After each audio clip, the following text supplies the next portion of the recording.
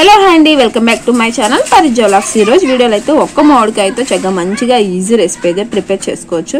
నార్మల్గా అందరూ కూడా సంవత్సరం పాటు నిల్వ చేసుకోవడానికి మామిడికాయ పచ్చళ్ళు అయితే పెడుతూ ఉంటాం మనము, పెద్ద పెద్ద ముక్కలు కోసేసి. అలా కాకుండా అప్పటికప్పుడు చక్కగా ఇన్స్టెంట్గా తినాలి అనుకుంటే ఈజీగా అయితే ప్రాసెస్ అయితే చేసుకోవచ్చు. చాలామంది ఏంటంటే రోట్లో రుబ్బడమో లేకపోతే మిక్సీలో ఆడమో చేస్తారు. రోట్లో రుబ్బాలి అంటే చాలా కష్టం, అన్ని మామిడికాయలు మొత్తం నలగాలి అని అంటే.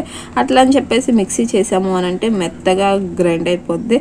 అలా కాకుండా చక్కగా ఇలాగ తురిమి చేసుకున్నానంటే మంచి రుచిగా ఉంటుంది. చక్కగా మనకి నోటికి కూడా పళ్ళకి కూడా తగులుతూ ఉంటాయి. నోటికి టేస్ట్గా ఉంటుంది, పళ్ళకి తగులుతూ ఉంటాయి. చాలా టేస్ట్ అనేది చాలా బాగుంటుంది.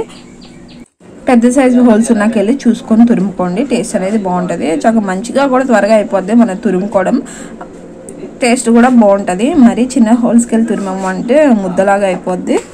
చూడండి, మొత్తానికి అయితే ఒక మామిడికాయతో అయితే చక్కగా ఈజీగా ప్రిపేర్ చేసుకుంటాం పచ్చడి. అంతా కూడా తురిమేసి పెట్టేశాను.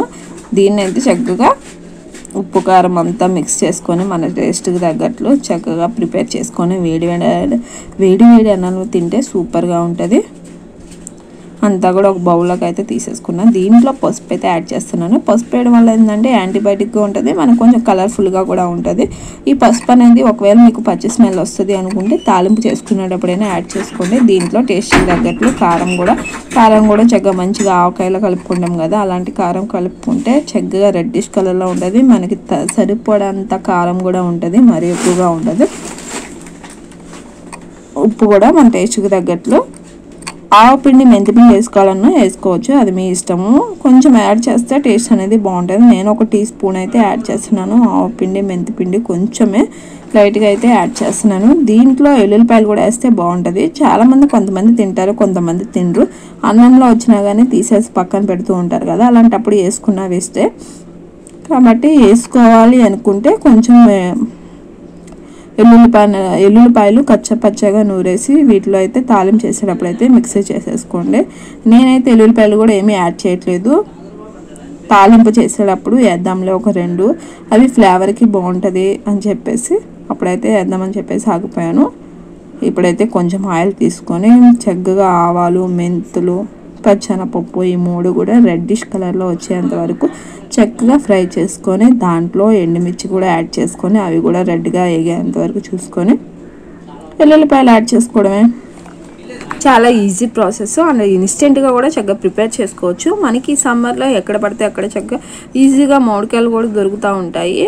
సంవత్సరం పాటు నిల్వ ఉండడానికి పచ్చళ్ళు పెట్టుకుంటాం, కానీ చక్కగా అప్పటికప్పుడు వేడివేడిగా అన్నంలో పుల్లగా తినాలి అనుకుంటే ఇలాగా ప్రిపేర్ చేసుకోండి. చాలా టేస్టీ ప్రాసెస్, అంటే చాలా టేస్ట్ అండ్ ఈజీగా ఉంటుంది. ఇది మళ్ళీ 1 month కూడా ఉంటుంది మనం చేసుకునే దాన్ని బట్టి.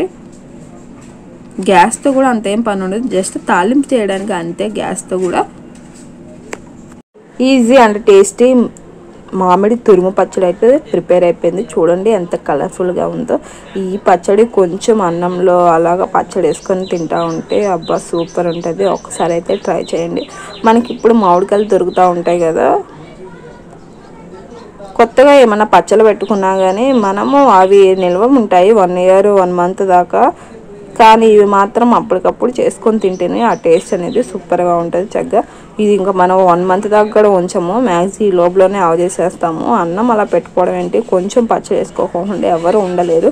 కంపల్సరీ వేడివేడి అన్నంలో కొంచెమైనా వేసుకొని తింటారు, అంత బాగుంటుంది. చక్కగా పుల్లగా. ఒకసారి అయితే ట్రై చేయండి. మన వీడియో కూడా ఎలా ఉందో కింద కామెంట్ సెక్షన్లో అయితే రాయండి. వీడియో నచ్చితే లైక్ చేయండి, షేర్ చేయండి, సబ్స్క్రైబ్ చేసుకోండి.